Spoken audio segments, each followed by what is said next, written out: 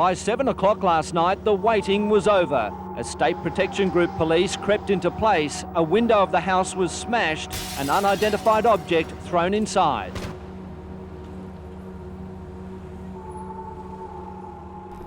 In 1999, the Lebanese-Australian crime kingpin Michael Kanaan and his gang staged a 32-hour standoff with police in Sydney. The siege ended with the arrest of the gangster and a core group of the leaders of his drug-dealing empire. Two of the gang, Alan Rossini and Peter Laycock, promptly rolled over and revealed to police graphic details of Kanaan's string of violent crimes. It was the beginning of the end for one of the nation's most ruthless crime lords.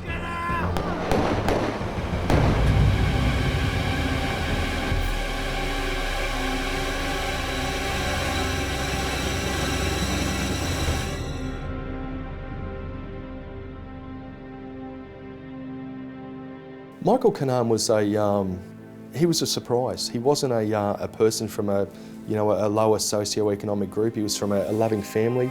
He was quite intelligent. Michael Kanaan is born on May 23rd, 1975. He attends various private schools, including Christian Brothers College, and has a stable, positive and religious upbringing. The New South Wales HSC score, high school certificate score that he got was what they call a TER of 80. It would have qualified him to, to do law or any upper level university course, but he was certainly of above average intelligence, and unfortunately he just didn't use that for the greater good. Kanaan wants to join the federal police, but is ineligible due to an earlier conviction for assault. And so he embarks on a career in the IT industry instead. But at the age of 22, he seeks more excitement and joins the multicultural but predominantly Middle Eastern crime gang known as DK's Boys, named after and controlled by the merciless criminal Danny Karam. The reality was Danny Karam was a career criminal, had migrated to Australia from Lebanon, had a lengthy criminal history, was a man who was violent by nature, had a very quick temper, and was feared as not only a drug dealer but a standover man in the King's Cross area. Did his schooling in Dulwich Hill, and then he did an apprenticeship, went to work, and then he got involved in crime, car theft, and drugs, drug taking, drug dealing, possession of firearms. He got himself arrested, did some stints in prison, and then he decided, instead of being reformed, as some young people are after their first experience of jail, he went deeper into it. Danny Karam was, he was a big man. He was powerfully built. He had a presence certainly on the streets of King's Cross. He had a reputation for violence. He was of Christian Lebanese background. He was involved in the civil war in Lebanon, so he was exposed to combat over there. So violence was nothing new to Danny. Your reputation in the underworld is everything. So if you offend someone who is heavy, then you'll get it. And Danny Karam wanted to establish a reputation. Once he said something was to happen, if it didn't happen, his boys would come after you. Karam's principal activity is the distribution and sale of cocaine. His organisation has a number of tiers, which includes Michael Kanaan as the second in charge, another named Alan Rossini, a handful of lieutenants and low-level street runners. These Lebanese youngsters got together and decided to try to take over the drug trade. And in more recent times, there's evidence that they've been trying to take over the bikie gangs. But in those years, it was the drug trade in King's Cross was seen to be wide open for a takeover by this ethnic group. It was a significant drug dealing operation. From an ounce of cocaine, the syndicate would in fact double its money over a period of 1 or 2 days, because that's the rate at which the sale of cocaine was at that time in King's Cross. So $4,000 would be turned into $8,000 in a matter of days. Around the mid-90s was when we saw that, that step up more towards cocaine. Prior to that, myself as a police officer, I'd never really come across cocaine much at all. The main problem drug we had was heroin, but there was a significant amount of cocaine that was hitting the streets, and it was quite profitable. Danny Karam gives his lieutenants, including Michael Kanaan, a gold ring. It features a tiger's head with ruby eyes and a diamond in its mouth. Danny demanded loyalty from his group. If there was no loyalty, there was no membership in the group. Danny had rings that he had made with the letter D that he handed out to key players in the group. But such was Danny's way that they even had to pay for those rings at $900 each. Although Karam lived in the eastern suburbs, he kept his lieutenants at a distance, communicating with them by mobile phone or visits. The group operated from a number of safe houses, which were premises rented under fictitious names, and they would use that as a base from which to go out and commit their criminal activities, either by using the safe house to store and cut drugs, and also to store and take weapons from. Danny's boys were quite conscious of electronic surveillance. They wouldn't keep their mobile phones for too long, and after a week or two they would dump a mobile phone, connect a new one. So it was a task for us to keep abreast of them in relation to what mobile phone numbers they were using, because the mobile phones were the key to us to understanding what they were doing on a day-to-day basis with the drugs. The operation is making $30,000 a week, but Danny Karam isn't sharing much of it with Kanaan, Rossini or the other boys. By mid-1998, Kanaan's resentment towards Karam is building, and he considers killing him. Other gang members encourage him to take over DK's boys and distribute the money more evenly. Michael Kanaan had a real problem that he was putting in all the hard work and running the supply of cocaine in the King's Cross area, but ultimately all the profits were going back to Danny. Danny Karam had Michael Kanaan and the other lads collecting money for him, and he was going to give them a certain amount of it, and he said was to bank the rest and keep it for them. But in fact, Danny was grabbing the lion's share, and poor old Michael and others were doing all his dirty work for him. Kanaan becomes increasingly violent. He and fellow DK's boys regularly stand over rival drug dealers in King's Cross, and one row erupts into a vicious street fight. They flee the scene when police arrive. Kanaan later produces a bloody knife and skites to his gang about stabbing two men during the brawl.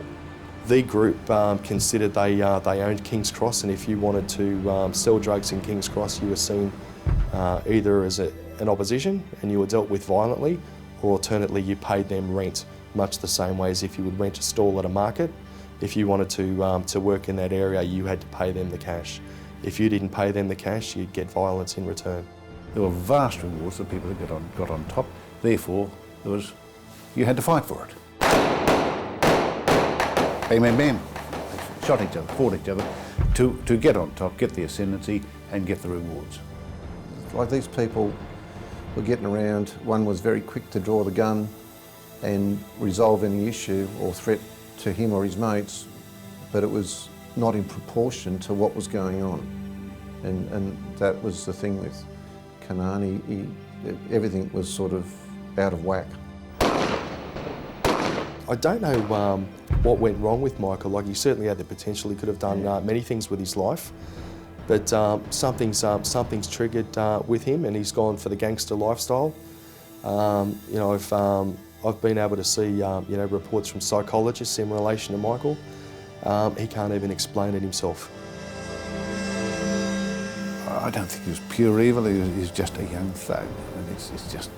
I mean, you talk about the mafia in the United States, and the young toughs come out, and they'll maybe Sicilian background, maybe not, and they'll decide to set themselves up in business as a gangster. There's nothing evil about it. They just decided to go that way. This fellow, Michael Kanaan, decided to go that way.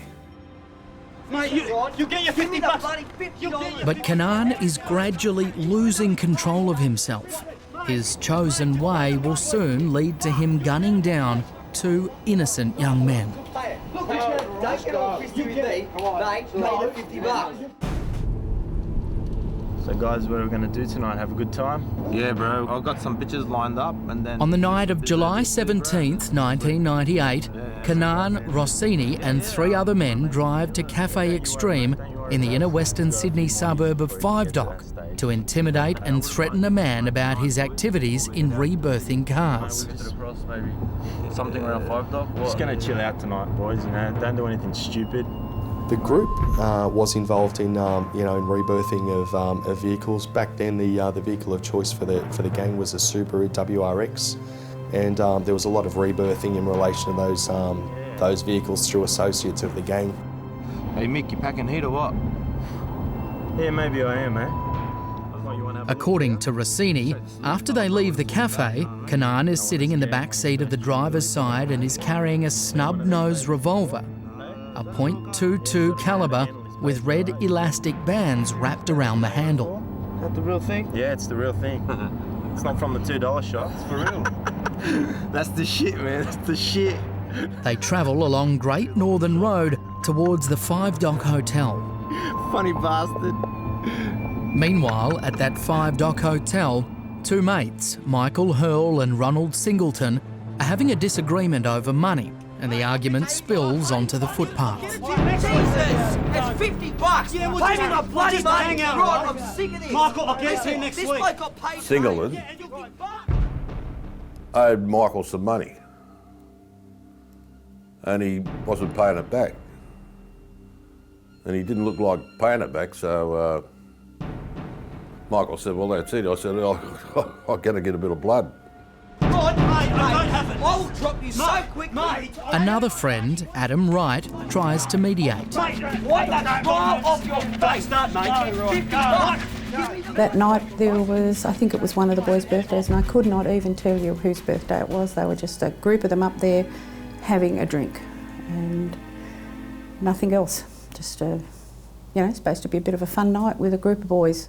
Don't start me, all right? Jesus! Next week it's yours. Just then, the lights at the intersection near the hotel turn red. The DK's boys' car stops and they see the two men fighting. Come on, fellas. Push on. Put your bloody head in, you block. Come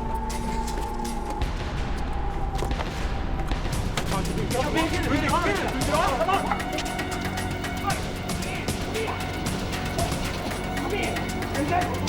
Get off there! Get off! Come on, bring it on! Come on! Come on, mate! Get out of here! Hey! Get off it! Get off! Michael Kanaan shoots Michael Hurl at close range, striking him in the left side of the chest. Ronald Singleton is shot in the right arm, although he's unaware that he's been hit. Adam Wright is shot in the lower abdomen. Hey, heads up, tough guy! Go now! Kanaan makes another attempt to shoot Ronald Singleton as they drive off, but the gun is empty. Michael Hurl and Adam Wright are left fighting for their lives. Well, he was shot and there was a lot of blood and he passed out. And I think some young woman from the pub ran to his assistance and sort of cradled him until the ambulance got there. Of course, it was all over in 30 seconds. Come on, let's go! Go, get out, go! What I've been told, Adam got inside the pub. He walked in the pub and said, "I've been shot," and just dropped down. The attack was unprovoked. 4 men in a car pulled up, there was a fight and shots were fired. And I got a phone call off my daughter, she was at the hospital. And that's when they said, cross your fingers, cross your toes. It's that bad. It severed an artery and he was bleeding to death. By the time we got to the hospital, we were told he was going to lose his right leg. The right leg was dying because of the blood that he'd lost, and you think to yourself, yeah, okay, it's only a leg, we'll deal with it. And you sit there thinking of all these things that you can do, and each time they came back to us, the story just got worse and worse. The percentage of his survival was going down. Ultimately, the wounds inflicted upon both Michael Hurl and Adam Wright are so serious that even a fit, healthy young athlete wouldn't survive. Some bullets, they go inside you, and once they hit there, they bounce everywhere and they rip everything on their inside. There was nothing they could do to save him. And it was one bullet. One bullet did a lot of damage.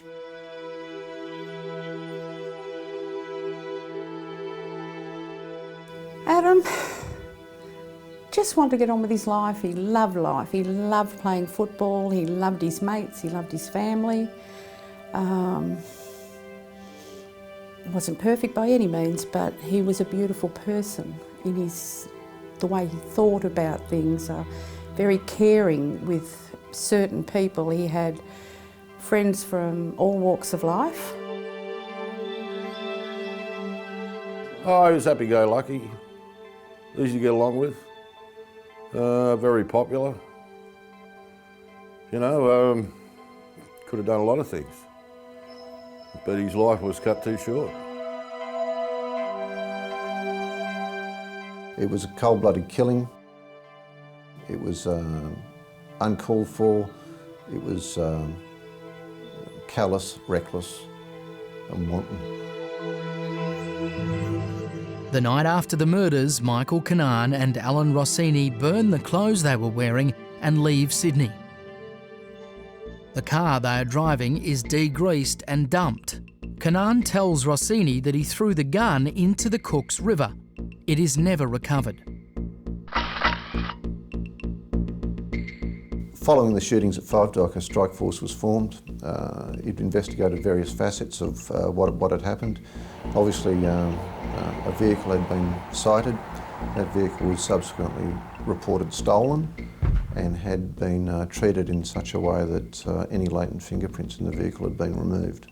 Investigations obviously concentrated on connections to that vehicle, and the fact that a telephone had been found at the scene which gave vital information as to who was connected to the vehicle that night. I think in relation to why Mick Kanaan reacted violently, the only person who can really answer that is Mick. No one can explain it, even the guys who are closest to him. Well, he got described by the police as psychopathic, and he sort of just snapped like that, you know.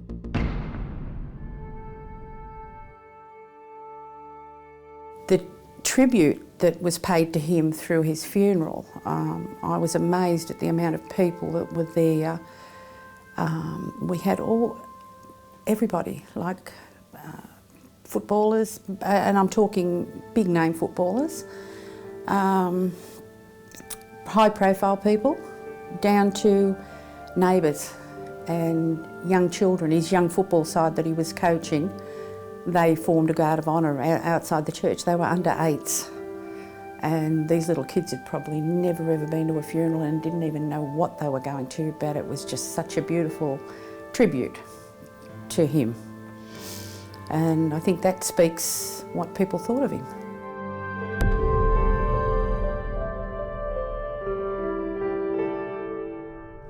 Bon's a kid, great footballer, good worker, hard worker.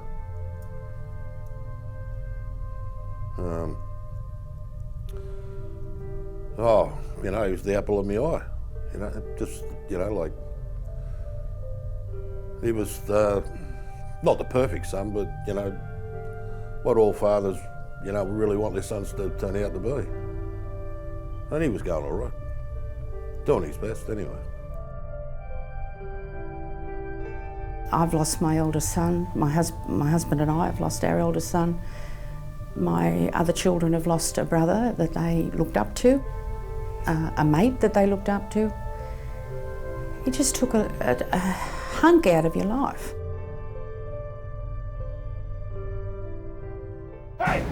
off him! Get off!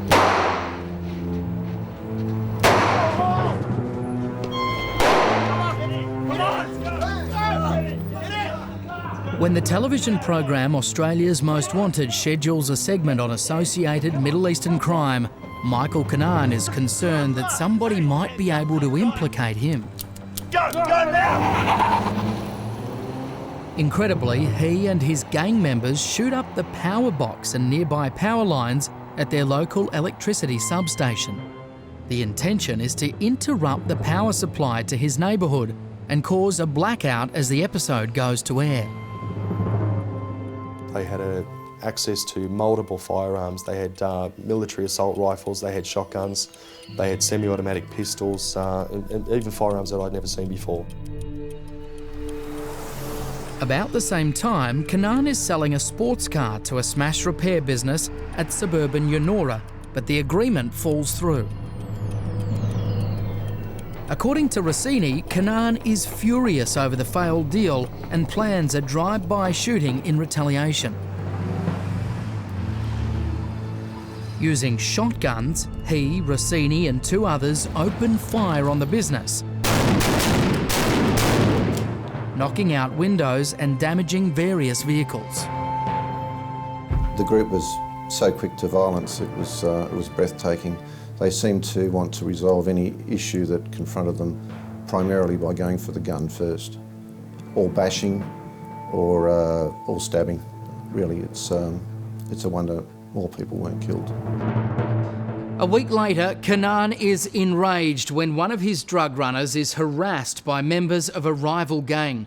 His punishment will be to kneecap them, shoot them in the knees, but they can't be located. Finally, he gets a tip-off that one of them has been seen at a nightclub in King's Cross. The way it happened was 2 or 3 carloads of men turned up outside the front of the nightclub, took out various types of weapons, including shotguns, semi-automatic pistols and high-powered rifles, and basically sprayed the facade of the nightclub with gunfire, and then fled before police arrived. Ballistics examinations of cartridges found at the scene would later link those weapons to other violent crime. It was a plan they formed in their safe house at Paddington, and just multiple shots had just been fired into the door of the club, again trying to terrorise other players in King's Cross. There was a very clear message being sent to the rival group that we're ready and we're prepared to take you on head on. In October 1998, in the suburb of Greenacre, Kanaan confronts a man named Les Elias about a dispute over a gun. He's challenged by Elias and reacts by shooting him at least 3 times in the legs. Michael Kanaan was very quick to respond to any threat to his name, his character, or any physical threat upon him with violence. Very quick to draw the gun, and in one particular occasion, a person questioned, "Who's Michael Kanaan?" His response was, "Well, this is who Michael Kanaan is," and he immediately drew a weapon and shot the person. I don't know what you'd describe him as. I think he has major problems with himself. I don't know whether it's... I don't understand some of the terminology that they put towards people that have these egos that they think they can beat the system.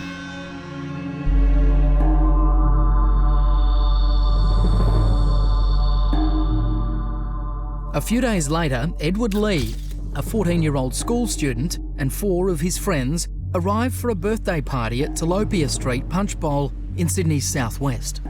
The boys are unaware this 800-metre-long street is a notoriously violent Middle Eastern-operated drug trading strip. They are harassed by a large group of locals and a brawl erupts. One of the Tilapia Street residents, Mustafa Dib, fetches a knife from his home and kills Edward Lee, stabbing him in the back and chest. He was a young man just out going to a friend's place for a party. It was a tragic set of circumstances. I clearly recall his mother going on TV obviously grieving for the loss of a son in such really a wanton fashion. Police then went to investigate it and went to, it might have been 100 people saw the incident and not a single person came forward. And the problem was, of course, that once you come forward and you're identified, well, you're dead. Later we found out that the offender had met with Kanaan and other men at Bondi Beach to discuss what had happened, and at Kanaan's insistence that person and others then travelled to Queensland and set up an alibi, thereby trying to excuse them from being in Sydney at the time of the murder. Meanwhile, unhappy with what he believes is police persecution of the Lebanese, Michael Kanaan allegedly plans a drive-by shooting in revenge. According to Rossini and Laycock, just after 1 o'clock on the morning of November 1st, 1998, Kanaan and 4 other men obtain a stolen vehicle and, armed with 9mm and .45 caliber weapons, they spray 16 shots into the Lakemba police station. 5 officers are in the foyer, but remarkably only 1 is injured by the flying glass.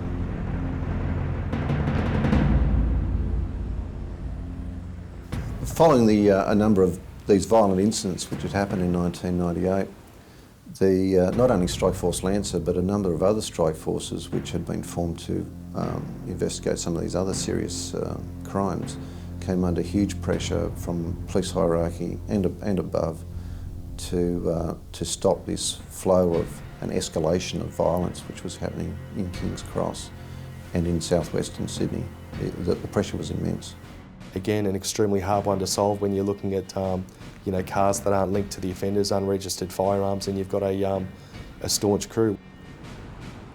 After the shooting, the group returns to their safe house in Surrey Hills, where Kanaan allegedly claims that the police will now think twice about targeting Lebanese. Oh, well, that was just the great excuse. There was an element of that mixed up in it. Every migrant group who's ever come to Australia following colonisation has run into prejudice. And some of the young hoodlums who come along with these migrant groups decide that they are protesting against the racist attitude in Australia. I mean, that was Ned Kelly's complaint way back. They're protesting against the brutality of the regime, and they also get on the groundswell of resentment within the migrant community of racist attitudes, and they call themselves the champions of the people.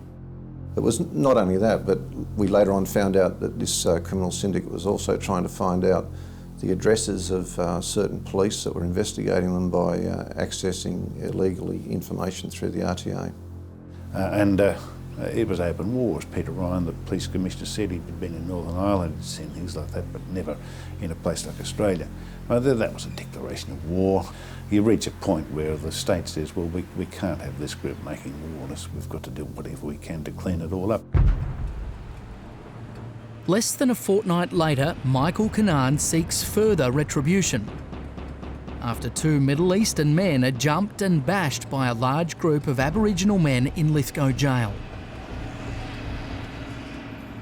Despite Danny Karam's opposition to the idea, Kanaan allegedly arranges a random drive-by shooting of an Aboriginal housing area known as The Block in Everleigh Street, Redfern, on the edge of central Sydney. According to Rossini, Kanaan and as many as 4 others fire 13 rounds into 2 houses and cars as they speed by in a stolen 4-wheel drive. Of course, the Aboriginal people hid under beds and tried to escape. No one was injured, but they left a message: you do so-and-so to our boys and we'll inside and we'll get you outside. It was just a law unto themselves, and as though the Aboriginal people in the block had anything to do with the inmates in Lithgow prison. People in the block have got enough problems of their own without having the sins of their brothers visited upon them like that. But it was just a case of demonstrating that they're above the law and nobody can touch them. An Aboriginal flag is dropped from the car with an obscene message and the words "blood for blood" written on it. Kanaan's next mad outrage is to get square with two former street runners who disappeared a few months earlier. When one claims to have forgotten his mobile phone number, Kanaan has it tattooed on the man's forearm. The other, who owes him money, is tortured and kneecapped. That happened. He was kidnapped. He was taken to a premises where he was beaten and pistol whipped. He was stabbed. He was burnt with cigarettes, cut with a knife, and then for the final main course he was shot in the legs and then taken out and dumped. Remarkably, the young man survives the ordeal, but when Michael Kanaan next points his weapon, it will be with far deadlier consequences. In the car! 5 months have passed since Michael Kanaan killed Adam Wright and Michael Hurl outside the 5 Dock Hotel.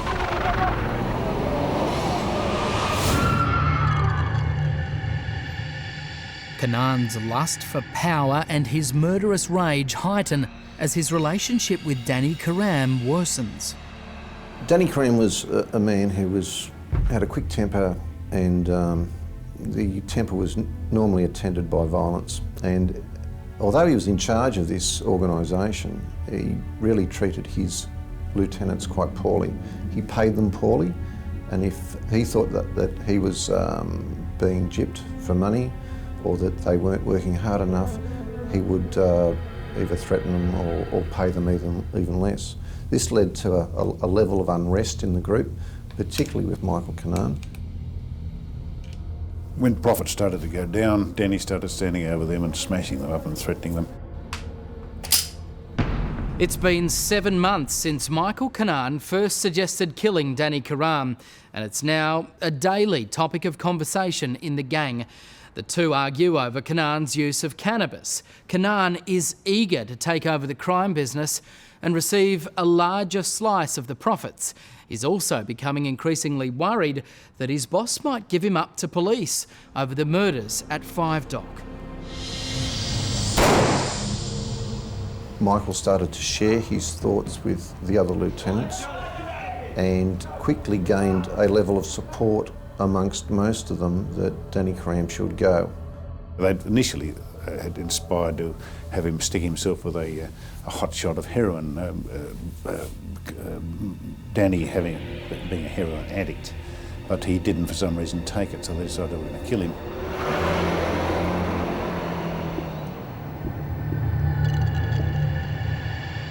In December 1998, Danny Karam arrives at the gang's city safe house apartment in Surrey Hills to pick up 2 guns. He's buzzed in by Alan Rossini.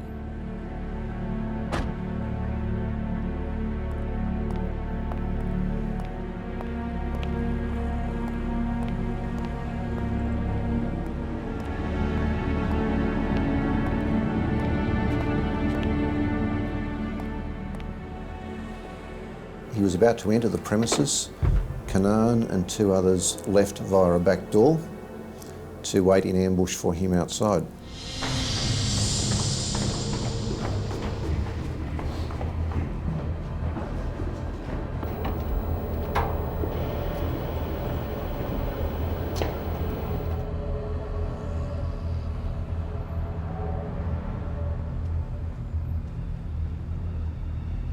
Karam stayed in the premises for a short time and then departed the premises, at which time one of the people in the premises rang those outside and said Danny's on his way.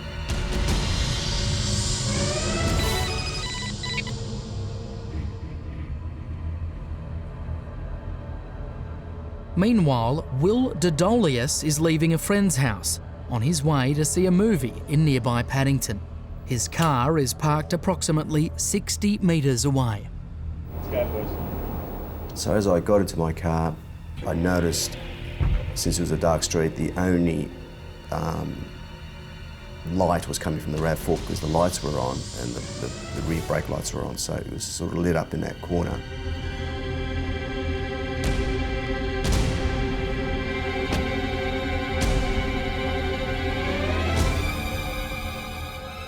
Danny, boys. Danny. Now! And as I got into the car, about to start the engine, then I heard a number of shots go off and a bunch of men scurrying around the car. Now!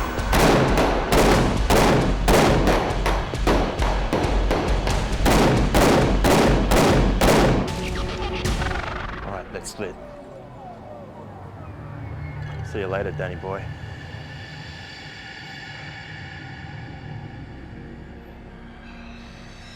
My initial reaction was just to get out of there as quick as I can, because I already had started the car and the street was very quiet, and you could hear a pin drop that evening, and I thought that, you know, being in a white car, a loud engine, when I just started the car, I would attract attention, so my goal was to get out of there as quickly as possible. A total of 22 shots are fired from 3 different weapons. Karam receives 16 gunshot wounds in the chest and lower body and dies almost instantly. Michael Kanaan boasts about the killing. He tells Alan Rossini that after he'd finished shooting Karam, he went back and shot him again. We located the address for the safe house, which was adjacent to the murder site. A search warrant was executed on those premises and evidence was obtained from there. Certain witnesses were pursued that we knew had attended the premises through other forensic evidence which had become available. But we kept on meeting this brick wall, this wall of silence. We thought there was firecrackers, and it wasn't. It was gunshots. This morning, heavily armed police stormed Karam's flat in a block of units next to where he was killed. I can accept that a lot of people were frightened of what may happen to them if they assisted the police, because if someone was willing to kill Danny Karam, then anyone else was just a mere stepping stone. At that point, Kanaan seemed to think he was Billy the Kid. He could just go shoot anyone and get away with it. Well, of course, you can't. And anyone could say that, could see that Kanaan was heading for a fall. He was going to be caught. He'd lost control of himself. The core group of DK's boys are absent from the funeral. That upsets Karam's family and raises suspicion about their involvement in the murder. Following the murder of Danny Karam, Michael Kanaan assumed control of the DK's boys. As a group, they would operate, and they continue to operate, dealing in drugs in King's Cross. But following the murder of Karam too, they in turn were put under pressure because everyone thought that they had committed that crime. And that led them to hatch another plot to throw police and other crime groups off their scent for that. Michael Kanaan now suggests killing the Underworld figure Tongan Sam, who works for the Ibrahim family, major operators of nightclubs in the Cross. He believes this will shift the suspicion of blame for Karam's death by making it look like a retaliatory hit. The others are less than enthusiastic about the plan, but Kanaan is adamant and the search for Tongan Sam begins. Right, so if we kill Tongan Sam, it'll get the cops off our asses, right? Let's just finish him off once and for all. Let's just finish him, bro. On December 22nd, 1998, they scour King's Cross and the nearby suburbs without success for a third consecutive night. Keep going, keep going, keep going. It's got to be here, keep going. Hey, get your head down, get your head down. Oh shit, cops, go. Shit, go! Hit it, go! Get us out of here, go! At just after 3 o'clock the following morning, 2 policemen in a marked car attempt to pull over the vehicle in which Kanaan and 3 other companions are travelling in. Shit, they're behind us! Go, man! The men are pursued to a dead end at the White City Tennis Club on Elmer Street in Paddington, where they abandon the vehicle. Kanaan and the driver are chased by Constable Petresh. Alan Rossini sprints off in a different direction. The 4th man is apprehended by Constable Fotopoulos. Let me go! Rossini searches for his gun, but then escapes without locating it. The driver also gets away. Kanaan stops, turns and raises his gun at Constable Petrek.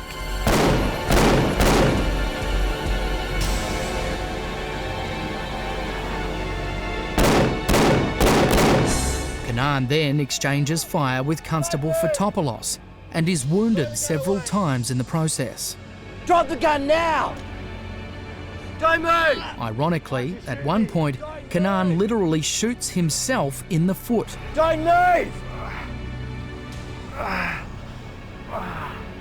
Don't move! The person that was wrestled to the ground was found to be carrying a magazine from a semi-automatic pistol, and 2 other firearms were found nearby, obviously having been discarded by the occupants of the vehicle. And some of those weapons were ballistically linked to the murder of Danny Karam and other shootings. Mick Kanaan didn't have to shoot. He had the opportunity. He could have run. He could have fled. He could have dumped his guns. He could have done many other things. But what he did was absolute cowardice. We had a police officer that was climbing a chain mesh fence, and he was stuck. He was like a spider in a web. He had nowhere to go. Mick's turned around and then started firing shots into him. It was just absolute cowardice. It was a bloody gun battle in Sydney's exclusive east, only ending after 25 rounds had been fired and 3 men lay wounded, one of them a police officer. Kanaan was arrested at the scene, conveyed to St Vincent's Hospital where he was kept under police guard. He is charged with intent to murder and other firearms offences. The 2 constables involved in this incident at Rushcutters Bay acted bravely and admirably to basically pursue people in the darkness, and then having been fired upon and respond to that fire was very creditable on their part. Kanaan's injuries will leave him in a wheelchair for the next 3 years. But amazingly, he is a free man. During the first 5 months of 1999, Michael Kanaan is out on bail awaiting trial, but remains in frequent contact with the major players from his drug ring. During this time, police mount a surveillance operation on their activities. I kind of applied it to the strategy that the Americans used against Al Capone when they got him for taxation offences. They couldn't get him for what he was ultimately up to with bootlegging, but they got him for what they could, and that was our strategy with Mick Kanaan and his gang. Get them for what they could and just see what comes out of that. By concentrating on that business, we were able to gain a brief of evidence on Kanaan and the other lieutenants in DK's boys, in which we were able to put a serious drug conspiracy charge on them, and an operation was then undertaken to arrest all those people. 150 police swooped on homes across Sydney's southwest early this morning. 9 people arrested for a string of violent crimes over the past year.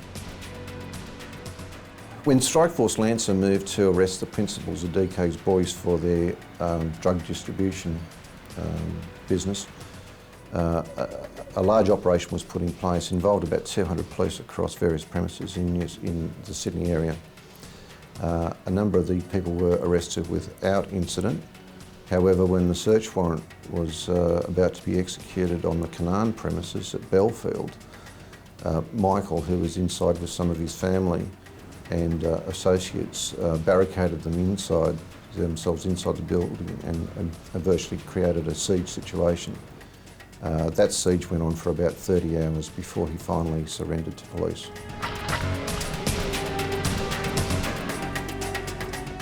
On June 2nd, 1999, Michael Kanaan, Alan Rossini, Rabir Mawas, Wasim Al-Assad and Peter Laycock are arrested and charged with conspiracy to supply a commercial quantity of cocaine. That offence was quite significant. It carried a life sentence, and certainly as a result of a number of persons realising the position they were in, we got some witnesses out of that. In return for full immunity, Peter Laycock and Alan Rossini agree to actively cooperate in criminal proceedings against a number of fellow gang members, predominantly Michael Kanaan. The evidence of the witnesses or the people involved in DK's boys who subsequently gave evidence was absolutely pivotal and essential to the prosecution. and gave a lot of credence to the brief of evidence, to have information or evidence coming from someone who was at the scene of a lot of these crimes but not directly involved in pulling the trigger was very strong and very cogent evidence. Using them as witnesses was the only way that we would have got the murder convictions that we've got. In September 1999, Kanaan, already in custody, is charged with the murders of Michael Hurl, Adam Wright and Danny Karam. But there's a sudden, shocking twist in the proceedings. Controversial magistrate Pat O'Shane discharges Kanaan from standing trial for the attempted murders of Constables Patrek and Fotopoulos. In her words, there is not a shred of evidence which gives rise to any factual or reasonable cause on the part of the police to chase these young fellows on this particular night. This effectively renders the arrest unlawful. It's a devastating ruling for the police team who had put their lives at risk in chasing and apprehending Kanaan.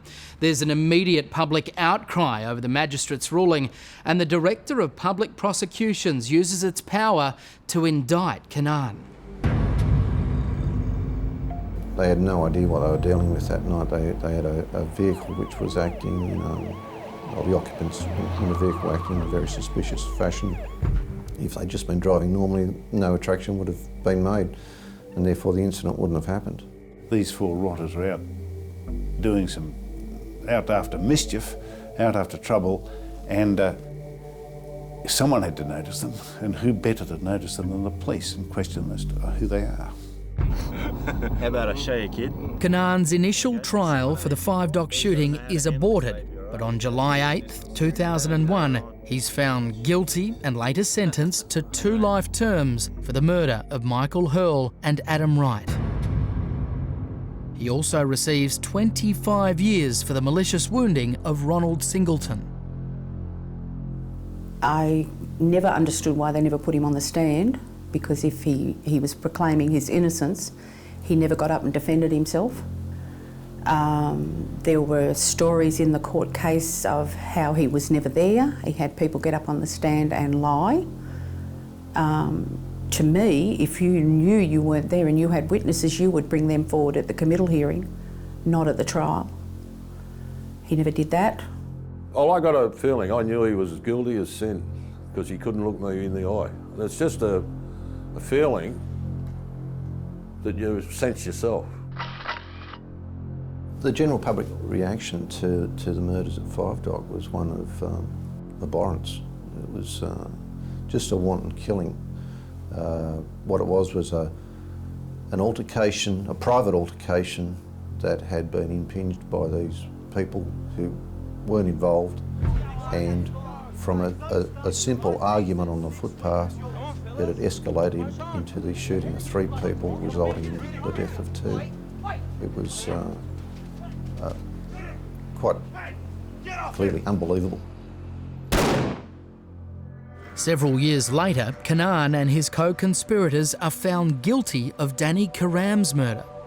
Kanaan is sentenced to a 3rd life sentence without parole.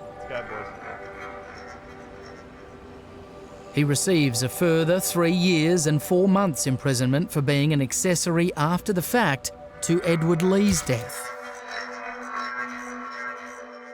He later appears in the district court in relation to the Everleigh Street Redfern drive-by shooting, but the case is not pursued.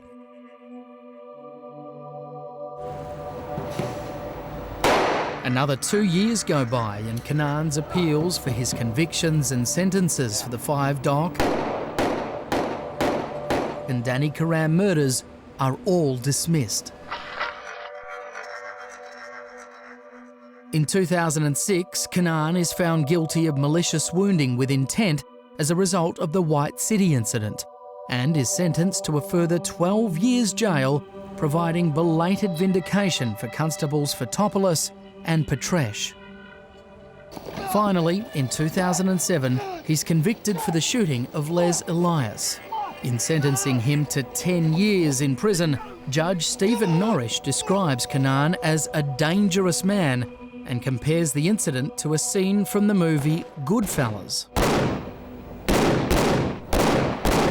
In the late 1990s, I can say that Michael Kanaan was probably the worst problem that the New South Wales Police would have had at that time. And if it ultimately wasn't for his shooting at the White City tennis courts and his later arrest for these and other matters, God only knows how many people would have been killed. My view is that Michael Kanaan was a sociopath. He showed no remorse for what he did. He wanted to resolve every issue that seemed to confront him with violence or firearms. And a lot more bodies would be on the street if he hadn't been locked away. Michael Kanaan was sent to Goulburn's Supermax jail in southern New South Wales. He's now exhausted all avenues of appeal and will die in custody. Although Kanaan and his hapless punks were locked away or entered witness protection, King's Cross still had other identities of Middle Eastern descent. One of them, who was also given a significant jail term, was Bill Bayer, convicted of supplying drugs and perverting the course of justice. Others made their fortunes as nightclub czars, although today, stricter alcohol licensing has dimmed the edgy, all-night reputation of the Cross. A lot of the vice and drug dealing that once fuelled its bloody street violence has oozed out into the Sydney suburbs.